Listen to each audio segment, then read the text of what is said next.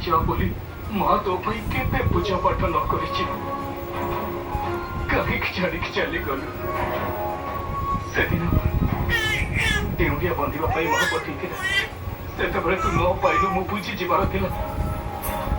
जे किछि ना किछि अघटन घटिछि मु कहीं कि जानि परिलिनी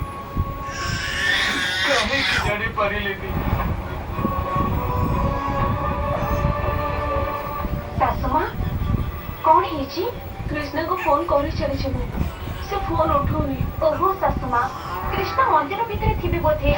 बहुत बड़ मंदिर एबे तो प्रतिष्ठा हेछि बहुत लोक गहरी हेथिबो